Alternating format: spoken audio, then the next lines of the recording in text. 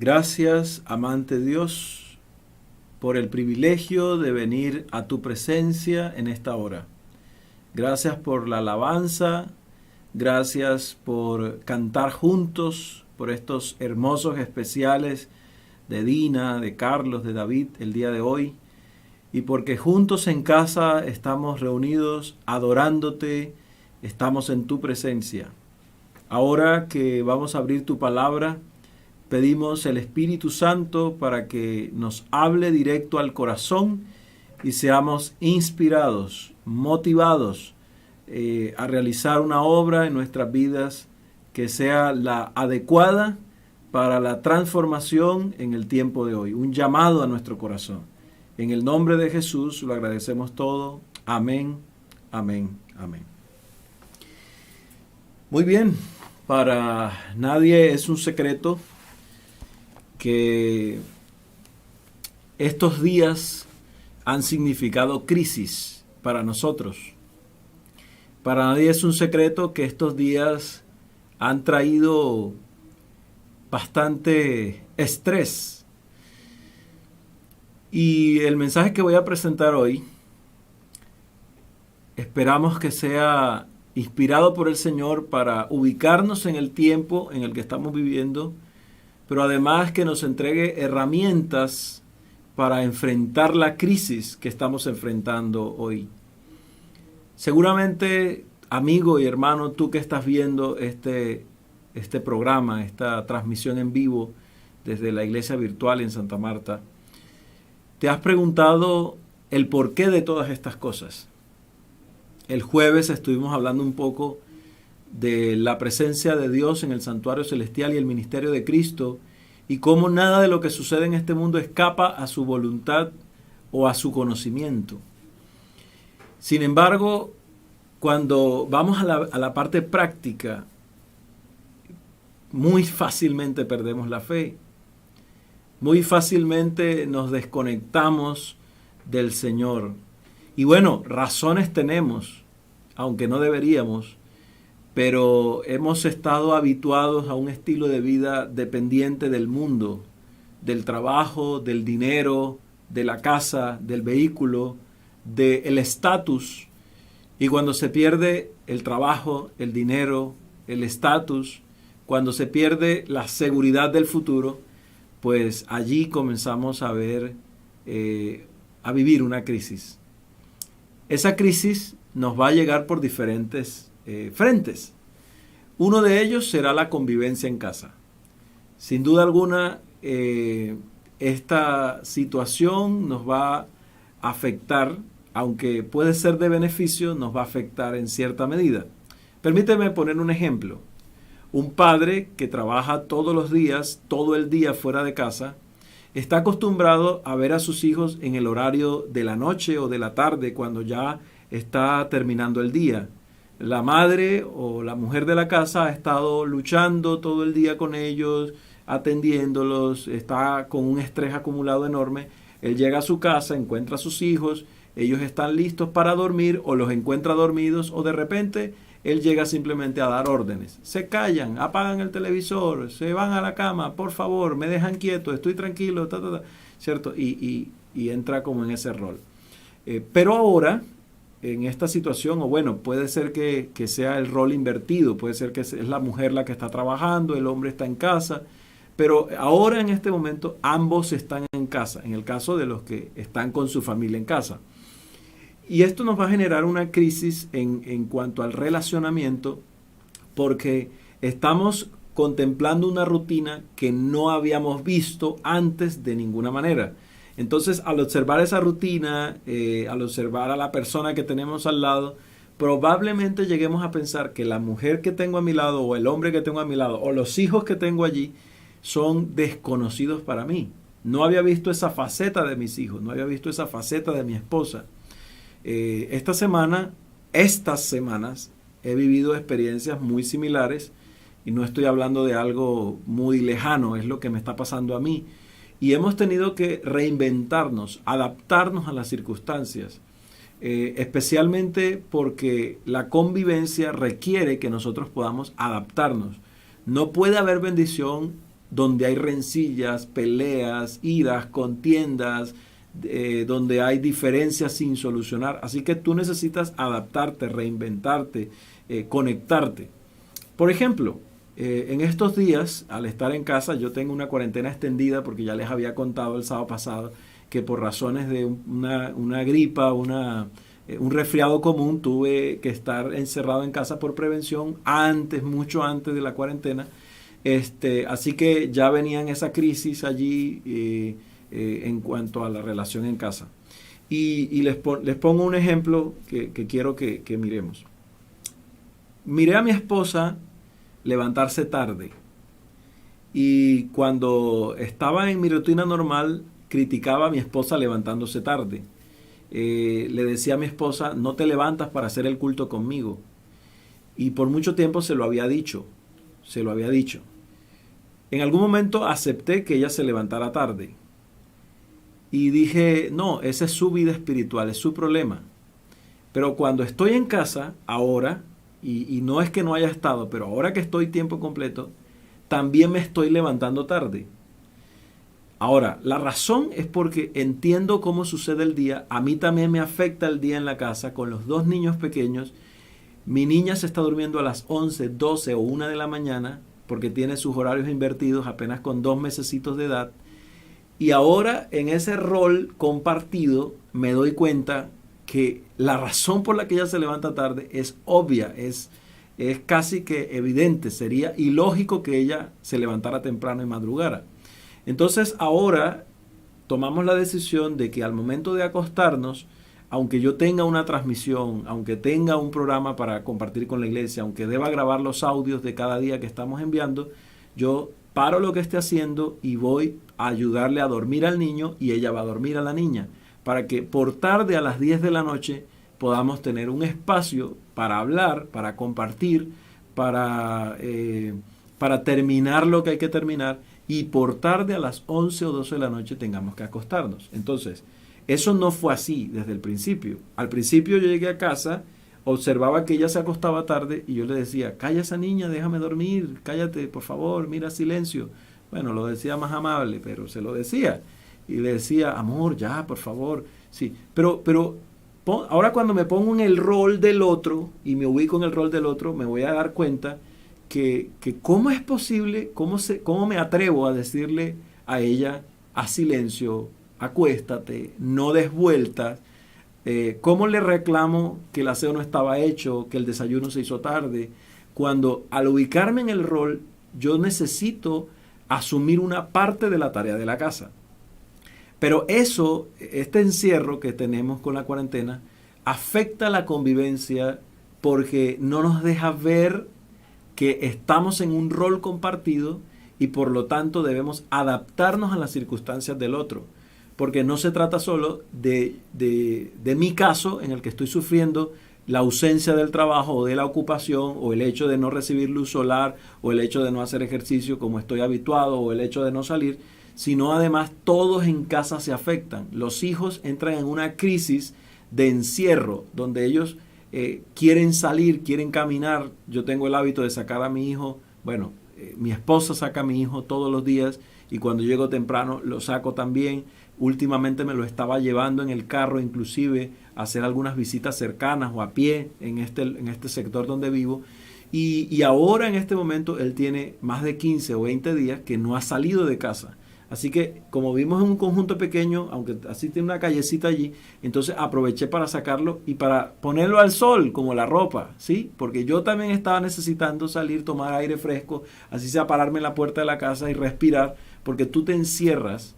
Entonces hay cosas que nos ayudan, como por ejemplo levantarnos todos los días, bañarnos y quitarnos la pijama porque no estamos descansando, no estamos en vacaciones, sino habituar a nuestro cerebro a que el día comenzó y yo me baño, me pongo una ropa de día para estar en casa o para salir y a mí me ha funcionado bastante ponerme una ropa diferente, quitarme la pijama y cuando me voy a acostar me acuesto con pijama, no es porque esté en cuarentena que no hay día y noche. Debo hacer distinciones entre mis hábitos. Pero hay algo que se sale de este contexto y tiene que ver con la demencia colectiva y es la presión que ejerce la circunstancia que estamos viviendo. Digamos que en casa podemos tomar algunas medidas. Bueno, yo les muestro, por ejemplo, esto. Esto es una manualidad que hizo Gabriel con mi esposa. Es simplemente de los cartones que usamos para adecuar este estudio, la iglesia virtual. Pero tú puedes tomar tiempo en tu casa para hacer con tus hijos algunas actividades, manualidades o lo que quieras hacer que pueda ayudarte a salir de esa locura. Pero la demencia colectiva va más allá, va más allá. Y esa demencia colectiva tiene que ver con las redes sociales, número uno. Y es toda la información que nos llega a nosotros y que es una información, el 90% de la información que llega es falsa. No sé cómo, bueno, perdóneme si soy muy duro en mis palabras, pero no sé cómo algunas personas comparten información sin verificar su origen. Yo recibo mucha información porque estoy en todos los grupos de las iglesias, grupos de difusión de la gente que me envían listas de difusión y me llegan muchos mensajes, pero uno necesita aprender a filtrar lo que se comparte porque esta demencia colectiva, que es algo similar a la afectación de una crisis mundial que afecta a todos en cadena y que genera un efecto dominó en la vida emocional. Así que primero, las noticias, las redes, las pantallas en general, lo que vemos nos afecta y en este momento tenemos una tendencia a buscar cada hora una actualización de cuántos casos hay en Colombia. Habían 539 anoche y yo entré y miro y es una hora, pasé y miro más y es una hora, pasé y miro más y eso me genera estrés, eso me genera ansiedad y me hace parte de esa demencia colectiva. Segundo efecto de la demencia colectiva es el salir a comprar cosas que no necesito, pero que veo que otros están comprando y creo que es necesario y si no lo compro se va a acabar. Ese sentimiento, esa sensación de que el mundo se está acabando lo que existe y entonces salgo como un loco a la calle a hacer lo mismo. Y eso lo vimos desafortunadamente el martes cuando muchas personas, previo a la cuarentena en Colombia, salieron como sin control. Salieron sin control a las calles, a los centros comerciales, a los supermercados. Nosotros en Santa Marta tuvimos algunas afectaciones, seguro ustedes vieron las noticias y seguro que ahí en tu ciudad también sucedió algo similar. Así que la demencia colectiva nos puede llevar a estar afectados por la presión de lo que está sucediendo al punto de comprar sin control. Así que eso es un error muy grande y ahora vamos a ver por qué. Tercera cosa que nos puede afectar nuestra convivencia y la situación como iglesia en este momento. Tercera cosa es no ubicarnos en el contexto profético real, entrar en una depresión previa, en una afectación previa de nuestra fe, cuando de pronto podremos recibir tanta información que llegamos a perder nuestra fe o a desconectarnos de la realidad de lo que Dios quiere enseñarnos a través de este momento específico de la historia. Y eso lo digo porque también hay audios y mensajes que se han estado compartiendo de manera irresponsable con anuncios y notificaciones y cosas muy fuera de lo que debería ser. Y no voy a entrar en detalle. Es verdad que hay elementos que el Señor está conteniendo. Los 4 vientos todavía están retenidos por el Señor. En el momento cuando el Espíritu de Dios se retira de la tierra, dice el Espíritu de Profecía, y así lo muestra la palabra de Dios, los juicios de Dios comienzan a caer sobre la tierra. Y no es más que el desenfreno de Satanás en un mundo que se entregó a sus manos. El desenfreno de Satanás. Satanás quiere acabar con este mundo, destruir a la gente. Ojalá pudiera matarlos a todos. Y el Espíritu de Profecía describe que la forma como Satanás desea matarlos incluye la contaminación del ambiente, incluye las muertes violentas, incluye las protestas sociales, incluye una cantidad de elementos, incendios forestales, desastres, hambrunas, etcétera, una cantidad de elementos que muchas veces nosotros vamos a encontrar en la forma como se han estado llevando estos eventos.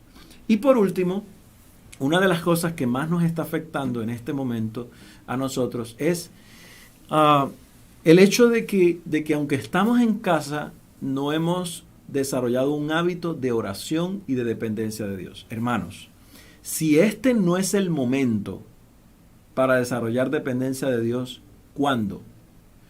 Si no es con Dios que podemos desarrollar una relación, ¿con quién?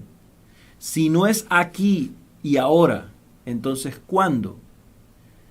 ¿Sí? Y si no es en este lugar, en tu casa, entonces ¿dónde? Yo creo que en este momento necesitamos ubicarnos en la realidad. Y es que tenemos como nunca antes 3 oportunidades. La primera, la oportunidad de estar en casa y de fortalecer los vínculos familiares, de limar las asperezas, de aprender a convivir, porque las tasas de divorcio que vamos a ver en esta cuarentena van a ser las más altas de la historia de la humanidad, ni siquiera de esta generación. Las tasas de suicidio que van a suceder en el mundo son demasiado elevadas, porque podemos perder un poco la noción de la realidad. E inclusive, bueno, a mí me pasa, yo a veces no sé ni si es de día, si es de noche, que estoy encerrado en este estudio, en esta iglesia virtual, o a veces no sé qué día es, se me pierde el día y tengo un reloj que me recuerda acá en una pantalla qué día es, qué hora es, porque estamos encerrados en algo que nos afecta. Cuando miramos la forma de vida de las personas que viven en el hemisferio norte, en la parte de los polos, son los niveles más altos de depresión, son los niveles más altos de suicidios, porque ellos están ausentes de la luz solar mucho tiempo en el año, y la vitamina D no hacen ellos el efecto regenerador, no hacen ellos el efecto de la serotonina, de la alegría, del estilo, y entonces entran en un estado de depresión permanente, constante. Así que ese es el primer punto. Nosotros necesitamos entender el punto para restaurar nuestras familias, porque si no es ahora nunca. Restaurar nuestras familias y nuestro estado de ánimo. En segundo lugar, nosotros necesitamos entonces entender qué la palabra de Dios nos dice para esta hora, y lo que vamos a hacer en estos días, mientras estemos en casa, teniendo nuestra iglesia en casa, es precisamente compartir de la palabra de Dios algunas historias y algunas lecciones, y vamos a usar el espíritu de profecía también, que nos ayuden a ubicarnos en ese contexto, a ubicarnos en ese contexto espiritual, a ubicarnos en ese contexto de la humanidad y a ubicarnos también en ese contexto del estudio y de nuestra relación con Dios. Así que acompáñame en esta hora a estudiar un texto, una historia bíblica, para que entendamos un poco más lo que está sucediendo, y a través de esta historia vamos a hacer un paralelo entre lo que sucede hoy y lo que el Señor espera de nosotros, el llamamiento de Dios para el tiempo de hoy. Yo creo que ante una crisis no hay ateos.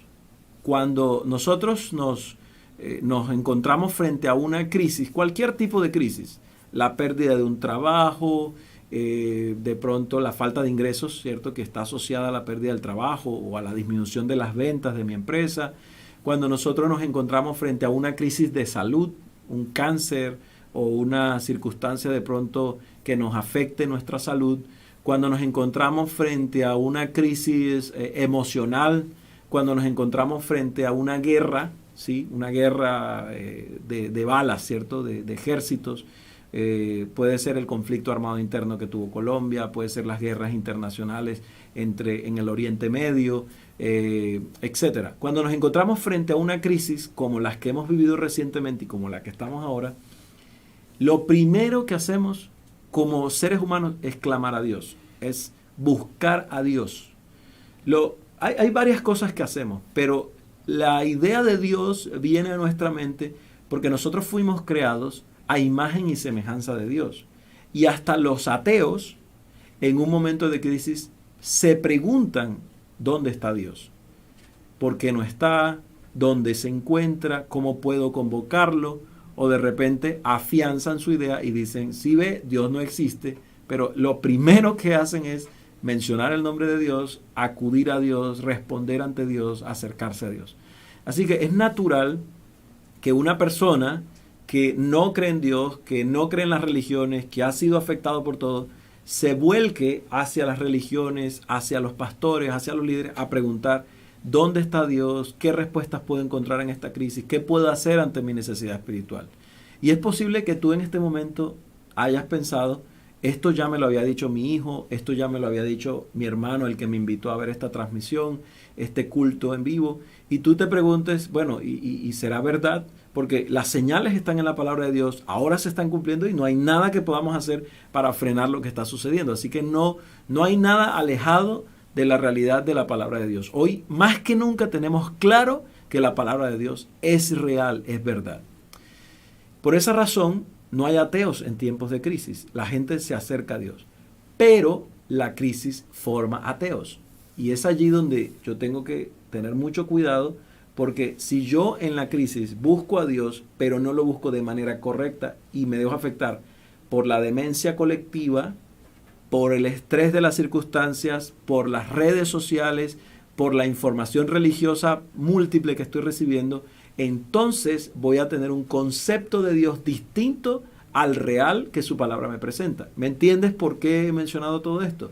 O sea, yo voy a Dios, pero si yo voy a Dios de manera incorrecta, afectado por la demencia colectiva, y me pongo a pensar en que esto es una teoría de conspiración, que esto sucedió porque los gobiernos mundiales, los Illuminati, los no sé qué, los aquellos, y porque el Clorox decía que limpiaba el coronavirus, todas esas cosas que vemos en las redes sociales. Mira, todas las cosas que te envían pueden ser verdad, pero ojo, detrás de todo eso hay distractores del enemigo que están buscando desviar tu atención de lo que realmente es importante. Y es por eso que debemos ubicarnos en nuestra realidad. El sábado pasado compartimos que las olas de la tormenta en la que los discípulos estaban con Jesús en la barca, ¿qué hicieron? Los distrajeron de la presencia de Dios. Y cuando se acordaron y lo despertaron, entonces como que reaccionaron, ven acá. ¿Ok? Así que acompáñame. Segundo libro de Reyes. Segundo libro de Reyes, el capítulo 6. El capítulo 6, allí tenemos algunos hechos que suceden en el contexto del profeta Eliseo. Encontramos en primer lugar el hacha que Eliseo recupera por el poder de Dios cuando está hundida y cierto, el siervo se le cae el hacha. Es una historia muy bonita que en casa podemos contarle a nuestros hijos. Y luego está los sirios, ¿cierto? Cuando viene el rey de Siria e intenta matar al profeta o llevarlo cautivo y también atacar en secreto, y el Señor le muestra al profeta, etc. Pero la historia que está entre el versículo 24, estoy leyendo segundo libro de Reyes, el capítulo 6, versículo 24 en adelante, allí hay una historia muy impactante, una historia que al hacer un paralelo con la realidad que estamos viviendo hoy, va a ser muy interesante que nosotros entendamos eso. Así que permíteme decir algo antes de leer la historia. El conflicto de los siglos, en la página 35, dice lo siguiente. Permíteme leer un poquito antes. La profecía del Salvador referente al juicio que iba a caer sobre Jerusalén va a tener otro cumplimiento, y la terrible desolación del primero no es más que un pálido reflejo de lo que será el segundo. En lo que acaeció a la ciudad escogida podemos ver anunciada la condenación de un mundo que rechazó la misericordia de Dios y pisoteó su ley. Lóbregos son los recuerdos de la historia humana, la miseria que ha conocido la tierra a través de los siglos de crímenes, y al contemplarlos el corazón desfallece y la mente se abruma de estupor. Horrendas han sido las consecuencias de haber rechazado la autoridad del cielo. Pero una escena aún más sombría nos anuncian las revelaciones de lo porvenir. La historia de lo pasado, la interminable serie de alborotos, conflictos, contiendas, como dice Isaías 9:5, toda la armadura del guerrero en el tumulto de batalla y los vestíbulos revolcados en sangre, ¿qué son y qué valen en comparación con los horrores de aquel día cuando el Espíritu de Dios se aparte de todos los impíos y los deje abandonados a sus fieras pasiones y a merced de la hazaña satánica?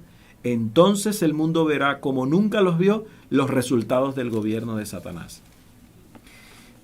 Permítame decirles algo. Las historias que están en la Biblia no están allí para aprender historia y para hacer el examen de conexión bíblica. Las historias que están en la Biblia son una prefiguración del futuro.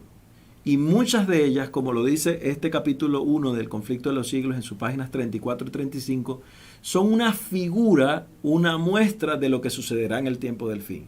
Pero hay algo muy importante. Nos dice que los desastres, las guerras, las locuras del mundo no son la intervención de Dios para destruir a la gente. La ira de Dios es cuando Dios se aparta de la gente y los deja a su merced. Esa es la ira de Dios. Así se define la ira de Dios. Es el abandono de Dios de una persona. La ira de Dios cae sobre alguien cuando Dios se aparta. Cuando Dios se aparta. Esa es la ira de Dios.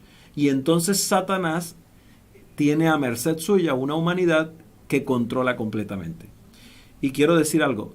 Todavía en este momento no se está derramando esa ira de Dios, si la podemos llamar así, y no estamos viendo derramar todas las plagas y todos los problemas que van a venir sobre este mundo.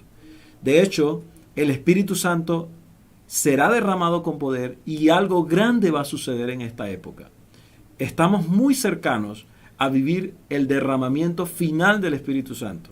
Estos eventos que están viviendo han sido tan rápidos que en cualquier momento todo cambia, y han sido tan rápidos que nosotros necesitamos abrir nuestros ojos para ver que no podemos ponerle un límite a los tiempos de Dios, ni podemos ponerle fechas. Sería absurdo poner una fecha. Sería absurdo interpretar las profecías y poniendo fechas para la segunda venida de Cristo. Pero al entender esto y al entender que las historias del pasado son un ejemplo, y dice un ejemplo pálido, ¿sí? Un ejemplo, apenas dice un ejemplo pálido, ¿sí? De lo que será. ¿Qué vale eso? ¿Qué son esas cosas? De lo que serán los horrores que vivirá el mundo cuando el Espíritu de Dios se aparte. Lo que estamos viviendo en este momento tiene unos efectos catastróficos. Permítanme mirar entonces lo que dice la palabra de Dios. Vamos a abrir nuestra Biblia allí. Estamos en el versículo 24 del segundo libro de Reyes, el capítulo 6. Después de esto aconteció que Ben-Hadad, rey de Siria, reunió todo su ejército y subió y sitió a Samaria. A consecuencia de aquel sitio hubo una gran hambruna en Samaria. Tan duro era que la cabeza de un asno se vendía por 80 piezas de plata y la cuarta parte de un cab de estiércol de palomas por 5 piezas de plata. Hay un sitio. ¿Qué es un sitio? Un cerco. Vemos allí el ejército del rey de Siria, Ben-Hadad, ha sitiado la ciudad. Ellos están pasando por una crisis tan grande que el tiempo ha pasado, los días, los meses están pasando. Y claro, tú te imaginas cuando uno vive una crisis de esta, uno dice, oh, yo tengo una reserva, tengo un ahorrito ahí, no hay ningún problema, con eso puedo vivir. Menos mal que hice provisión y tengo un buen mercado. Allí está una paca de arroz, tengo frijoles, así sea con arroz y agua, pero aquí en la casa no nos morimos de hambre. Pero, y lo otro, ¿no? Los gobiernos dicen, la gente dice, yo me imagino al rey en ese momento diciendo, no se preocupen que tenemos graneros, no se preocupen que tenemos tiendas. Pero este sitio no era como esta cuarentena, era un sitio que duró mucho tiempo y al pasar el tiempo, los días, y al pasar los días y los días y los días y nada, entonces no hay flujo, no hay ingreso de alimentos, nadie puede salir, nadie puede entrar, el ejército está rodeando la ciudad en un campamento y no hay forma de salir y de entrar. Eso genera una crisis que no tiene salida. La primera crisis que viene es la crisis económica. La gente no puede trabajar, el rey saca los recursos, les da dinero, los ayuda, les entrega salario, les entrega dinero, les entrega provisiones, y ellos comienzan a ver al rey como la persona ideal que va a solucionar esta crisis. Luego viene una crisis de relacionamiento, porque es una crisis donde la gente se siente encerrada, no pueden compartir los unos con los otros, porque comienzan a pelear los unos a los otros, vienen los acreedores a cobrarle y a inclusive amenazar a la gente que les debe, y viene alguien y le dice al otro, págame el arriendo, y el que debe el arriendo dice, ¿con qué te pago? Con lo que el rey te dio. ¿Y con qué como? Pues con lo que el rey te dio, pero no me alcanza, solo me alcanza o para comer o para el arriendo. Pues me pagas el arriendo porque a mí tampoco me alcanza. Y comenzaban a pelear entre ellos, y cualquier parecido con la realidad es mera coincidencia, pero ellos estaban viviendo una crisis enorme, porque primero viene la crisis económica, luego la crisis de relacionamiento que lleva a una crisis social. Los que no tienen comida salen a la calle a robar, salen a la calle a cometer crímenes, ¿cierto? Se convierten inclusive en mercenarios a sueldo que van a hacer destrucción, daño, ¿sí? Y las personas buenas, con conciencia linda, que tenían buenas intenciones, comienzan a dañar su conciencia. El vivo comienza a abrir los ojos para aprovecharse del pobre, para extorsionar, para acumular riquezas, para prepararse para la crisis. Pero ante este tipo de crisis, que es muy distinta a la que vivimos, pero que fue mucho mayor porque ellos estaban cerrados y no podían tener nada que les ingresara, viene una crisis que es todavía mucho mayor. y es la ausencia de productos en la canasta familiar.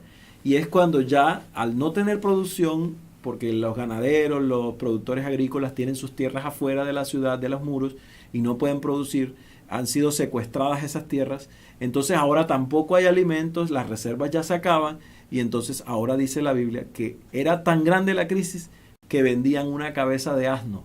La gente compraba la cabeza, o sea, no, ni siquiera está hablando del cuerpo, ya el cuerpo se había vendido. La cabeza de un asno que nadie se la comía era vendida por gran cantidad, una suma muy alta de dinero. Y además el estiércol de paloma se pesaba y se vendía para comer. La crisis que ellos estaban viviendo era tan grande que habían caído en una circunstancia no solamente financiera, no solamente de relacionamiento, no era una crisis social, ahora era una crisis mental, una locura colectiva. Ellos habían sido impactados y ahora estaban frente a una locura colectiva.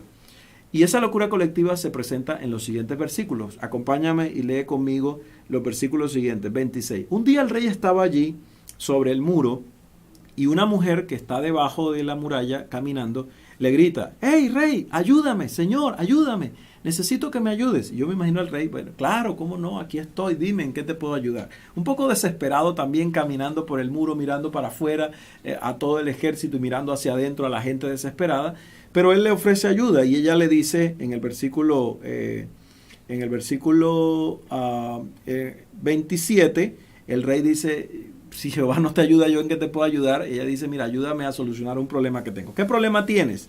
Y ella responde, versículo 28, ella responde: una mujer me dijo, trae acá a tu hijo, nos los vamos a comer hoy y mañana, y mañana nos comemos al mío. Hoy nos comemos al tuyo y mañana nos comemos al mío.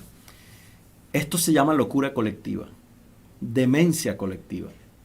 La crisis era tan grande que ellos habían llegado a pensar, estas dos mujeres, que la única forma de sobrevivir era matar a sus propios hijos y comérselos. Esto no tiene comparación. Lo que está sucediendo aquí es terrible. Había sido una crisis tan grande. Pero mira, no, ustedes pensarán, el pastor es bien amarillista cuando habla, pero no es así. Mira, cuando tú estás en una crisis de demencia colectiva y te dejas contagiar de ella, te vienen pensamientos muy extraños y muy peligrosos. Por ejemplo, mi mujer, esa mujer que tengo no me sirve, la tengo que dejar. Inmediatamente pasa esta cuarentena, me separo porque lo peor que hice fue casarme con esa mujer.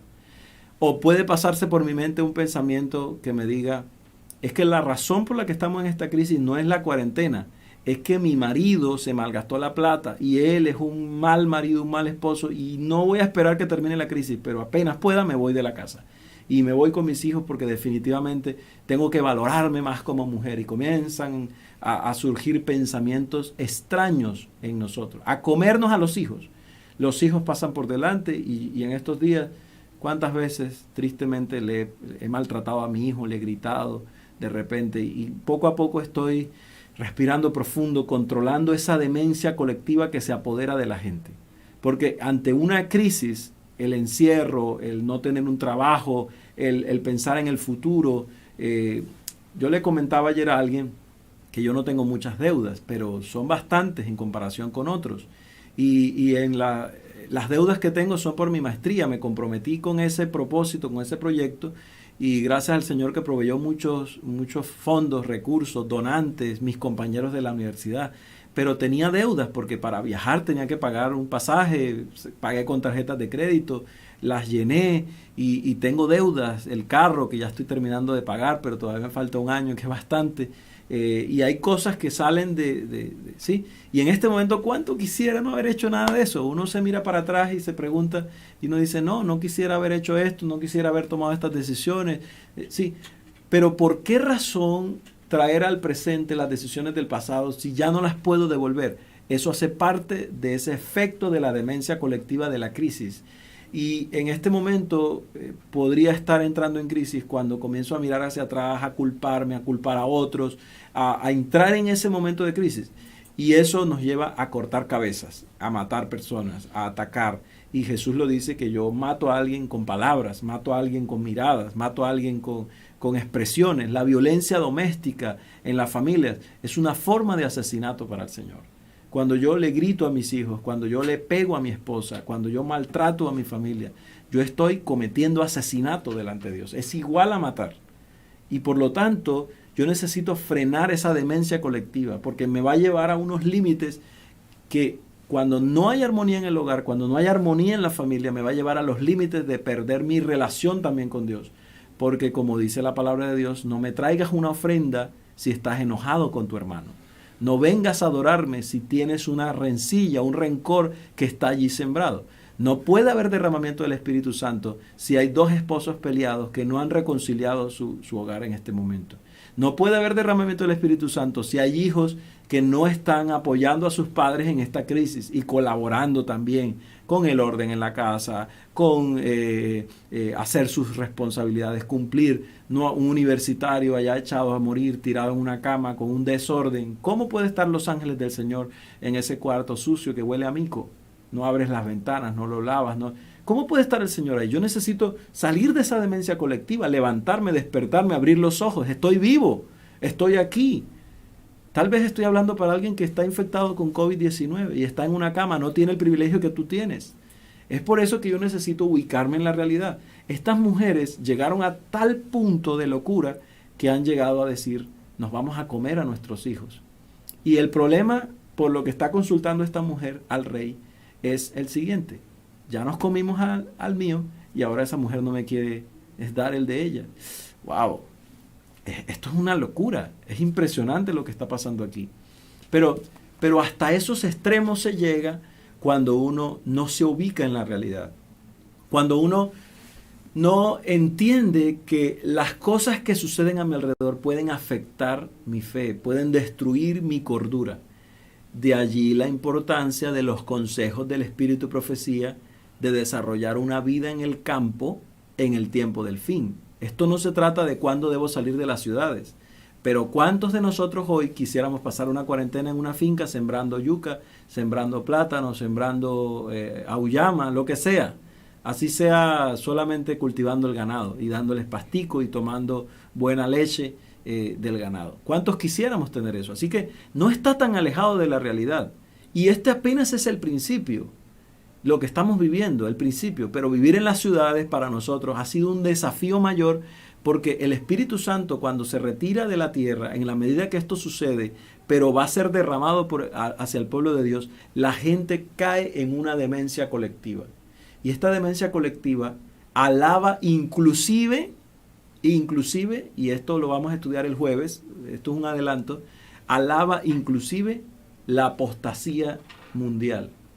Alaba a aquellos que públicamente dicen tener el poder de perdonar pecados, alaban públicamente a aquellos que dicen públicamente que tienen el poder de restaurar, que tienen el poder de decir que no hay juicio, que el mundo no va a ser juzgado, ¿sí? Y que si nos volvemos a Dios y a los ídolos, a las imágenes, entonces todo va a terminar.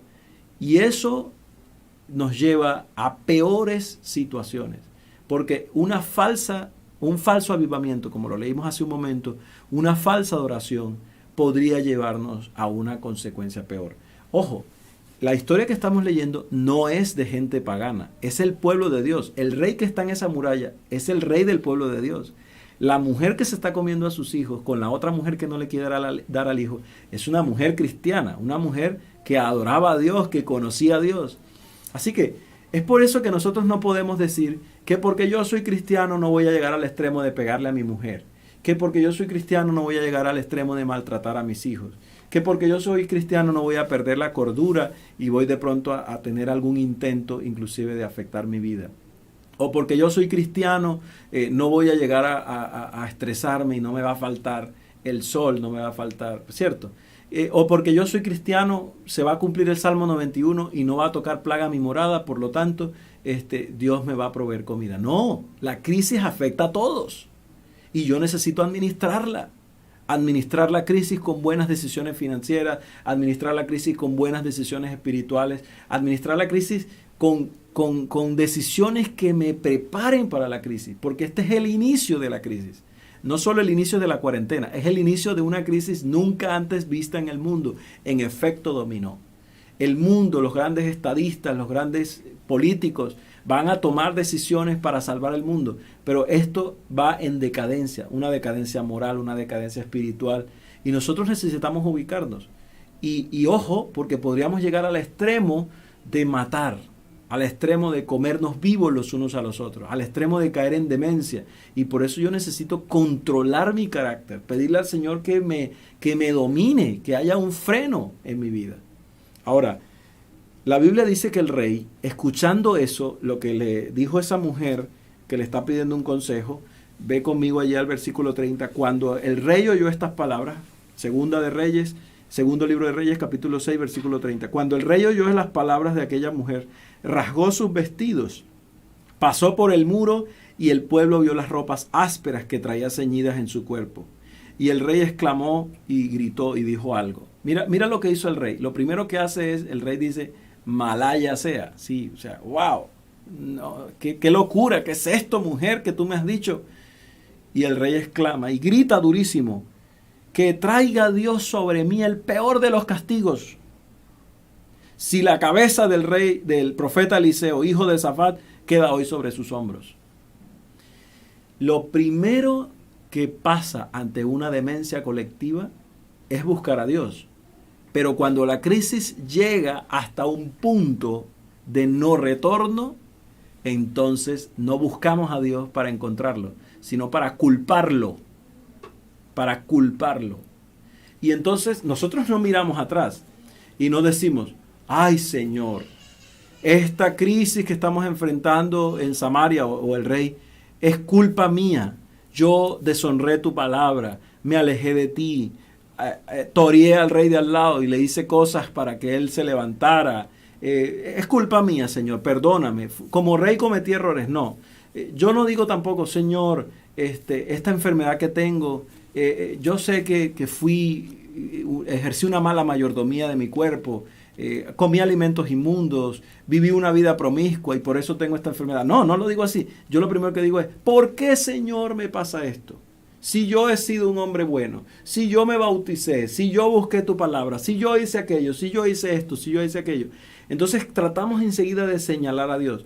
Y no solo de señalar a Dios.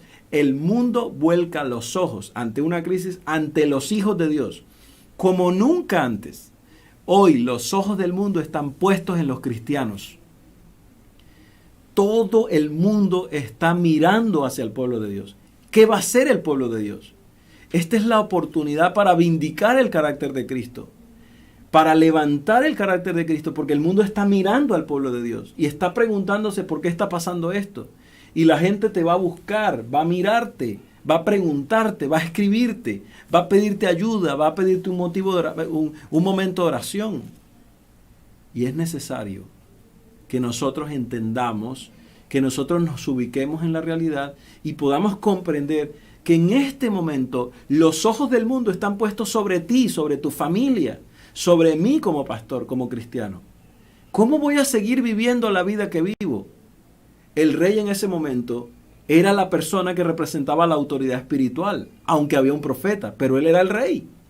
Y él, en vez de clamar al Señor, su locura era tan grande que le echó la culpa a Dios y dijo, la culpa es del profeta y lo voy a matar y le voy a cortar la cabeza.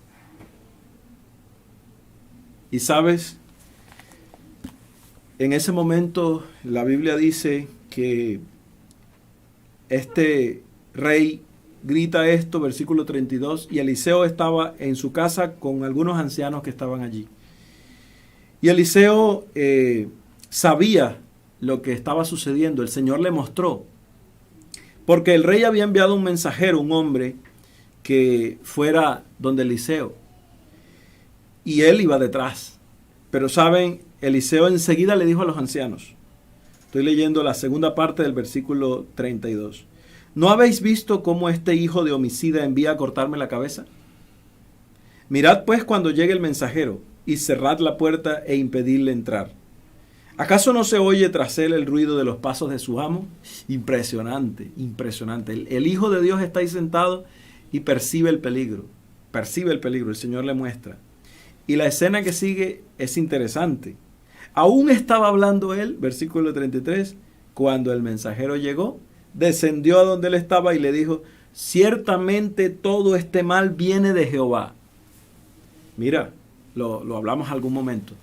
Cuando el cristiano que desvía su mirada de Cristo, que se deja llevar por la demencia colectiva, que se afecta por todas las cosas que le rodean al punto de perder su fe, quita la mirada del carácter de Cristo. Cuando el cristiano hace eso, el cristiano comienza a culpar a Dios de lo que sucede. Ahora, ¿qué se espera para el mundo? Ahora, ¿qué se espera para los ateos? Ahora, ¿qué se espera para los incrédulos? Es por eso que yo necesito fortalecer mi fe, porque hoy tú has sido llamado a ser la luz del mundo en esta crisis. Y porque necesitas levantar a Cristo, su bandera. Y el enemigo va a hacer todo lo que esté a su alcance para destruir la influencia del pueblo de Dios en el tiempo del fin. Pero lograría todo su cometido si lograra destruir nuestra fe en Cristo Jesús y desdibujar en nuestro rostro y en nuestra vida el carácter de Dios. Para que la gente vea un Dios equivocado, falso. Es verdad que Dios envía juicios a la tierra. No es mentira. De hecho, la palabra del Señor nos muestra en Deuteronomio capítulo 8 cómo el Señor al pueblo de Israel le envió una crisis y los hizo pasar hambre y los sustentó para levantarlos, para despertarlos. Es verdad, es cierto, pero las plagas que estamos viviendo en este mundo, las pandemias, los incendios forestales, la violencia colectiva, la opresión de los trabajadores a sus empleados injustamente, el levantamiento social que ha vivido el mundo en todos estos meses que estamos pasando, el desastre de las guerras nucleares que están a punto de suceder y de repente el Señor frena esos vientos, la caída de aviones y todos esos desastres son la obra de Satanás.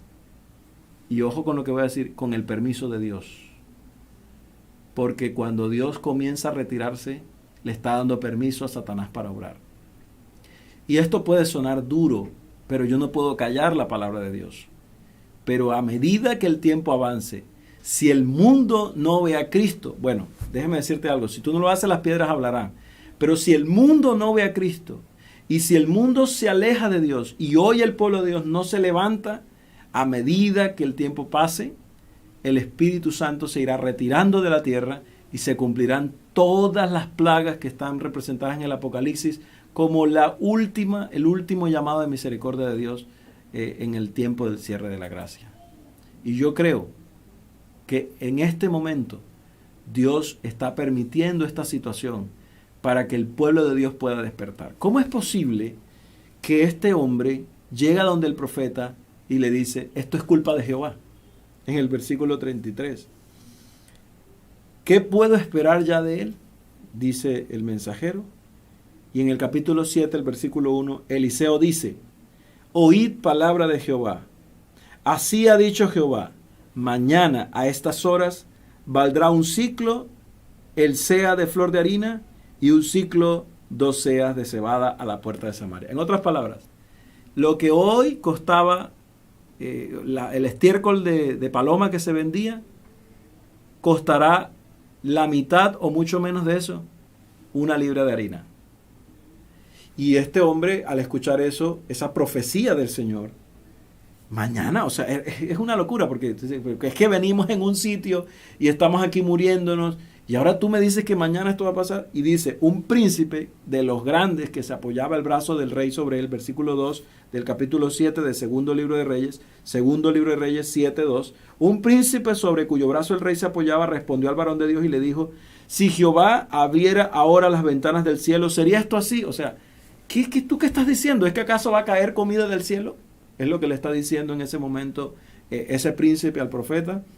Y entonces el profeta le dijo a él, tú lo verás con tus propios ojos, pero no comerás de ello. Mira, ¿cuánto tiempo puede tomar Dios para cambiar la historia de la humanidad? ¿Está limitado Dios por el tiempo? ¿Estaba limitado Dios por el tiempo en ese momento? ¿Cuánto tiempo tomará Dios para que el Evangelio sea predicado en todo el mundo por testimonio con el derramamiento del Espíritu Santo? ¿Está limitado Dios por el tiempo? Tú no sabes a cuántas personas este video le va a llegar. Si tú no lo compartes, alguien más lo hará. Y si no, alguien lo encontrará en las redes. Y puede ser que no te guste, que parezca, no sé. Pero aquí está la obra de Dios. Pero ojo, déjame decirte algo. Dios hoy podría cambiar esta circunstancia y detener esa pandemia. Como podría extenderla y permitir que siga su curso. Y el mundo necesita entender que a través de este proceso hay una obra grande que el Señor está haciendo, pero el pueblo de Dios hoy no debe estar tan preocupado por lo que el mundo está haciendo, por lo que los gobiernos están haciendo, por la vacuna que va a salir en quién sabe cuántos meses, por si la cuarentena se va a acabar o no el 13 de abril o el 14 de abril, que yo creo que no, pero digamos que se acabe. O sea, ese no es el punto. El pueblo de Dios necesita estar concentrado en lo que Dios está desarrollando en nosotros en el momento de la crisis. El momento de la crisis debería acercarnos a Él, permitirnos crecer. La iglesia en crisis necesita levantarse para esperar el derramamiento del Espíritu Santo. Las familias restauradas, los hogares unidos, los hijos restaurados, los jóvenes predicando la palabra de Dios. Como nunca antes en la historia de la humanidad, nosotros habíamos estado tan unidos como iglesia en oración como ahora. La iglesia está en los 100 días de oración. La Asociación del Atlántico está orando, los pastores enviando videos y predicaciones todos los días. ¿Por qué no lo hicimos antes? Nosotros estamos conectados, ahora tenemos culto los jueves, los martes, los jueves, los sábados en la mañana, en la tarde. Ustedes se conectan, la gente se conecta. ¿Por qué no lo hicimos antes?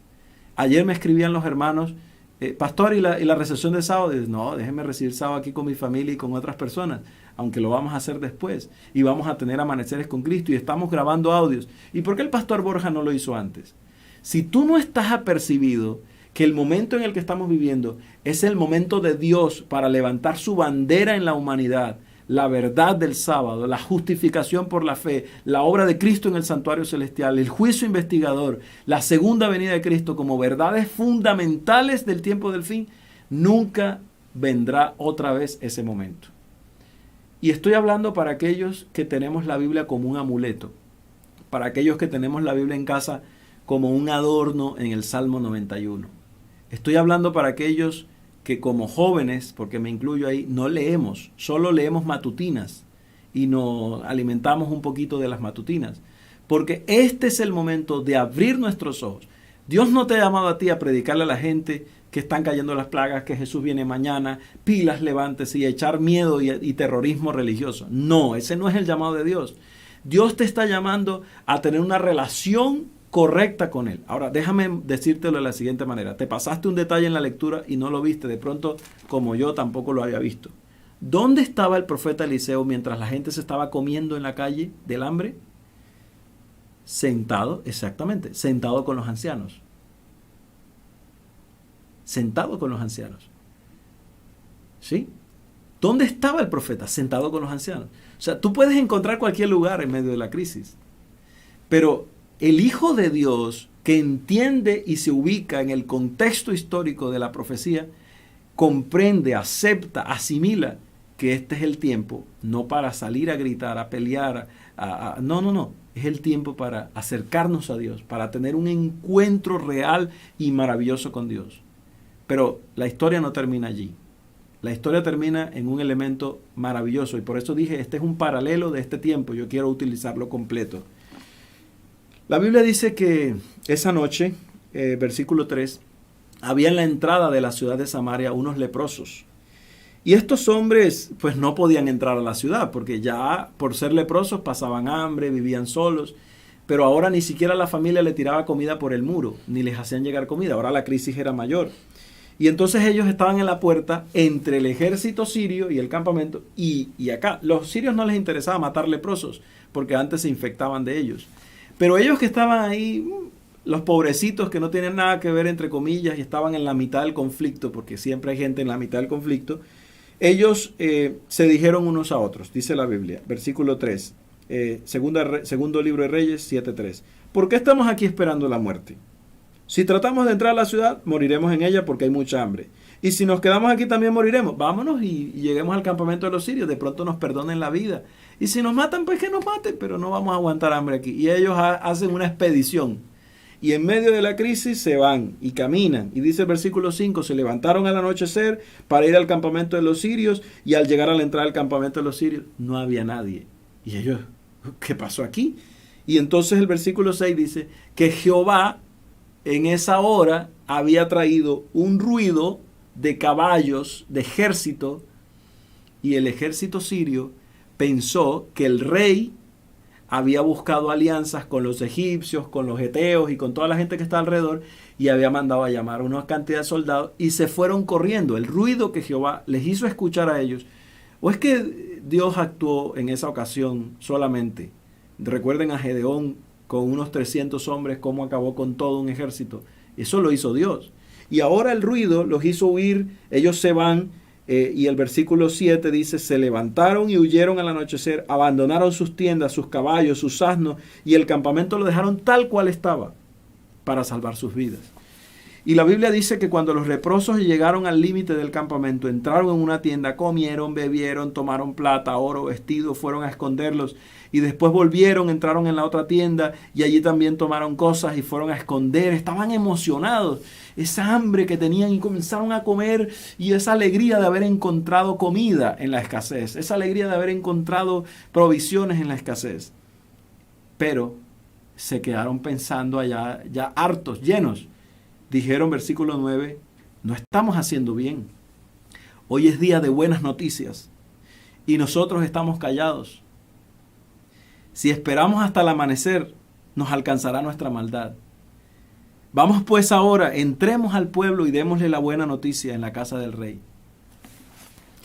Esto no puede dejar de conmoverme, porque yo no puedo dejar de pensar en esto.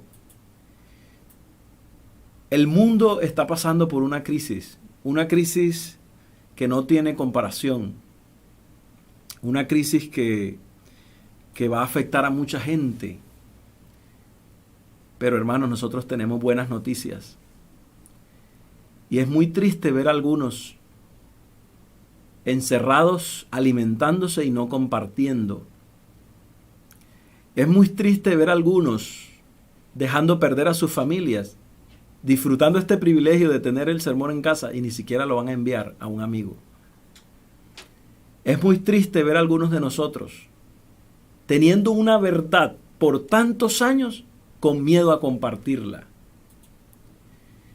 Y yo les digo, si este no es el momento para que el evangelio sea predicado, no hay otro momento, no vendrá. Las piedras hablarán. Y el pueblo de Dios será rechazado. O no el pueblo de Dios, los que tomen esa actitud. Porque el pueblo de Dios irá hasta el final. Saben, yo quiero compartir algunas cosas más que dice el conflicto de los siglos, la página 35 que estábamos leyendo al iniciar. Pero en aquel día, así como sucedió en tiempos de la destrucción de Jerusalén, el pueblo de Dios será librado. Porque salvos serán todos aquellos cuyo nombre esté escrito para la vida. Lo dice Isaías capítulo 4, versículo 3. Yo creo, hermanos, que muchos vamos a morir antes de la venida del Señor Jesús. No tengo duda de eso. Yo no sé si de pronto usted duda de eso, pero yo creo que muchos vamos a morir. La Biblia no habla de la muerte como un desastre. La muerte es un sueño. Nosotros no lo hemos entendido así, pero la muerte es un sueño. Van a morir abuelitos, van a morir familiares, hijos. Yo oro por mis hijos y pienso en ese panorama si algún día tuviera que perderlos. No sé qué pasaría conmigo. Pero yo sé que muchos van a morir. No soportaríamos los eventos finales. Si hoy estamos estresados por una cuarentena, yo no me imagino qué es cuando se desate la ira de Dios y el Señor se aparte de la tierra y Satanás haga y deshaga con la locura de la gente. Si no más una muestra, el día martes la gente entró como locos en los supermercados y atacaron y destruyeron. Yo no me imagino este mundo desenfrenado con tanta violencia, con tanta maldad. Pero el espíritu de profecía dice que como sucedió en tiempos de la destrucción de Jerusalén, el pueblo de Dios será librado. ¿No dicen amén por eso? Amén. El pueblo de Dios será librado. Y entonces, dice, nuestro Señor Jesucristo anunció que vendrá de segunda vez a llevar a los suyos, y entonces se mostrará la señal del Hijo del Hombre en el cielo, y entonces lamentarán todas las tribus de la tierra y verán al Hijo del Hombre que vendrá sobre las nubes del cielo con grande poder y gran gloria. Y enviará sus ángeles con gran voz de trompeta y juntarán a sus escogidos de los cuatro vientos, de un cabo del cielo hasta el otro, dice Mateo 24, 30, 31. Nosotros, hermanos, no estamos sin esperanza. Nosotros no somos un pueblo que apareció de la nada, de Guillermo Miller. Nosotros somos el pueblo de Dios que tenemos la verdad para predicarle al mundo. Y no podemos quedarnos allí sentados como si nada pasara. No podemos quedarnos pensando en que no me gusta lo que el otro está haciendo, si lo hace, si no lo hace. No podemos quedarnos pensando en casa allí y meditando y dándole rienda suelta a la mente, porque cuando le damos rienda suelta a la mente, mucho cuidado, porque el enemigo se posa sobre ella y hace nido, y las ideas que surgen de nosotros no son fruto del Espíritu Santo cuando permitimos eso. Sigue diciendo la página 35, así como le sucedió antiguamente a Israel, los malvados se destruirán a sí mismos y perecerán víctimas de su iniquidad. Debido a su vida pecaminosa, los hombres se han apartado tanto del Señor y tanto han degenerado su naturaleza con el mal, que la manifestación de la gloria de Dios para ellos será como fuego consumidor. Deben guardarse los hombres y mujeres de no menospreciar el aviso de Cristo respecto a su segunda venida, no tenerlo en menos. Porque como anunció a los discípulos la destrucción de Jerusalén y les dio una señal para cuando se acercara la ruina, así también previno al mundo del día de la destrucción final y nos dio señales de la proximidad de esta, para que todos los que quieran puedan huir de la ira venidera. Los que presten atención no serán dejados en tinieblas, ni sorprendidos por aquel día. Pero los que no quieran velar serán sorprendidos, porque el día del Señor vendrá así como ladrón en la noche.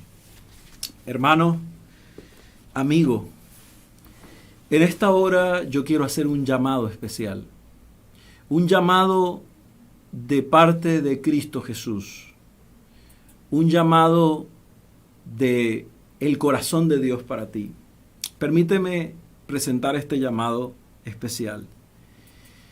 Sabes, el Señor en esta hora está levantando un pueblo que entienda y comprenda que vivimos en una hora donde necesitamos conectarnos con el Señor.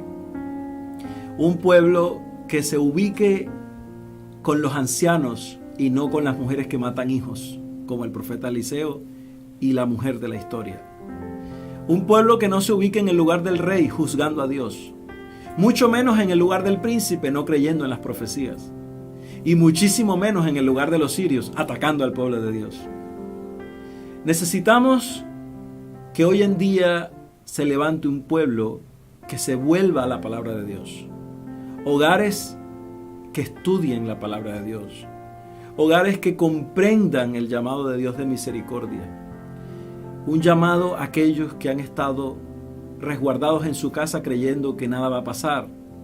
Algunos menospreciando esta crisis y otros de pronto teniendo en menos el llamado de Dios y viviendo una vida desordenada sin propósito. Pero hoy, en esta hora, yo quiero hacer un llamado en el nombre del Señor para que tú aceptes a Jesús en tu corazón, para que tú aceptes su justicia. Dios hoy está más cerca de ti de lo que crees. Dios está más cerca de ti de lo que piensas, de lo que el mundo dice. Necesitamos aceptar a Cristo en el corazón, en nuestras familias, entronizarlo en nuestras familias.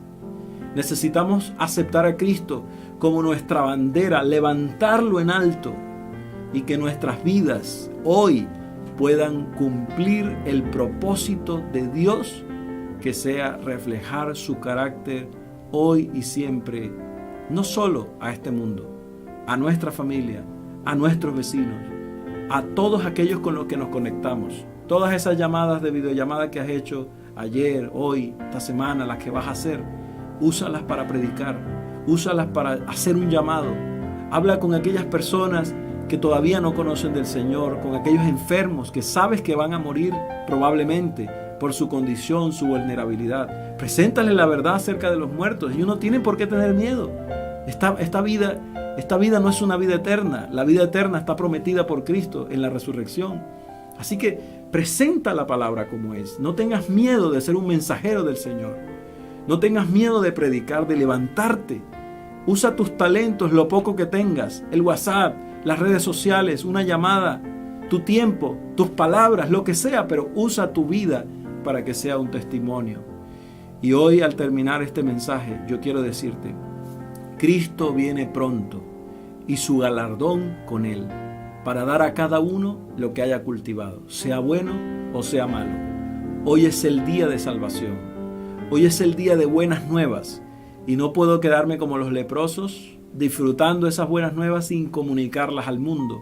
Y es por eso que hoy estoy haciéndote este llamado. A ti, hermano, que has vivido una vida cristiana arruinada, sin propósito, desdichado. A ti, hermano, te extiendo ese llamado. A ti, amigo, que aún no conoces del Señor y que deseas estudiar la palabra de Dios. Escríbenos, llámanos, comunícate con nosotros. Estamos dispuestos a brindarte estudios de la palabra de Dios.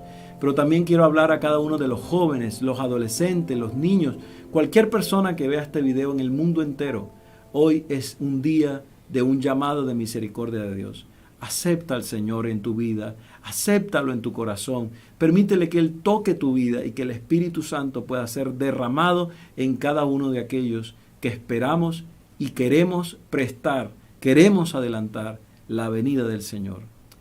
Acompáñame en oración en esta hora.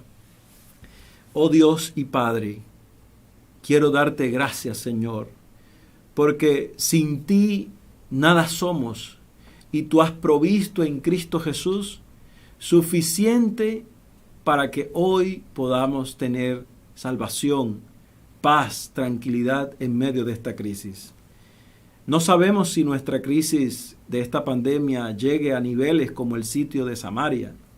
Ojalá no, pero si llegara o fuera peor aún, como lo dice el conflicto de los siglos, de los tiempos venideros, Señor, te pedimos que tú seas propicio a nuestras necesidades, pero sobre todo que nos permitas ayudar a depender de la fe. A depender de la fe porque ya no podemos depender del trabajo, ya no podemos depender de los ahorros. Hoy ayúdanos a depender de la fe, a ser fieles en todo a pesar de la crisis. A que en medio de esta crisis, si había algún ateo o había alguna persona que no cree en ti, que eso se acabe en nuestra familia, que eso se acabe en nuestras vidas. Pero que sí seamos ateos en el sentido de no creer en nosotros mismos, para que nuestra vida, Señor, le dé lugar a ti, que el yo muera, que el orgullo sea destruido. Señor, hoy queremos que tú unas a nuestras familias, unas a nuestra iglesia, que tú nos unas a ti, Señor, nos afiances en tu promesa. Y hoy, Señor, quiero pedir por esa persona que está compartiendo conmigo en esta hora, para que tú puedas hacer un llamado y que esa persona pueda aceptar a Jesucristo y pronto, Señor, pueda también bajar a las aguas bautismales y aceptarte como su único y suficiente Salvador. Renuévanos en esta hora.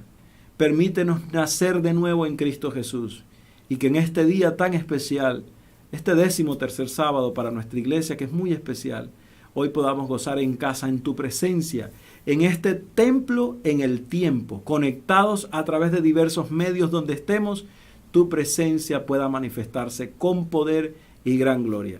Lo agradecemos en el nombre de Cristo Jesús, tu Hijo amado, nuestro Salvador. Amén, amén, amén.